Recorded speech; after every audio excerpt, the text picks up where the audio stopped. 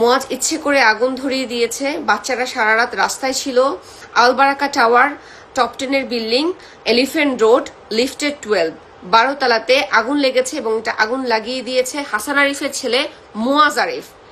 আমার বাচ্চারা ওখানে কি অবস্থায় আছে আমি জানি না। এই বিষয়টা নিয়ে আমি আইন শৃঙ্খলা বাহিনীর দৃষ্টি আকর্ষণ করছি। প্লিজ আপনারা এখন অন্তত দৃষ্টি আকর্ষণ করুন।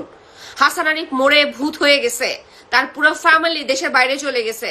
মুয়াজ হচ্ছে অ্যাডিক্টেড, তার দ্বারা অনেক ক্ষতি সম্ভব। সে 20 মাস রিহাবে ছিল, সে একটা নর্মাল মানুষ না। আপনারা এই বিষয়টা এখন অন্তত দৃষ্টি আকর্ষণ করুন।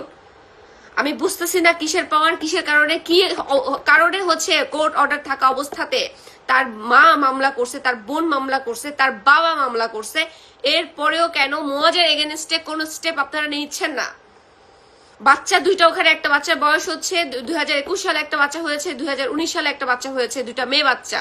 এই বাচ্চাদের কথা অন্তত চিন্তা করেন।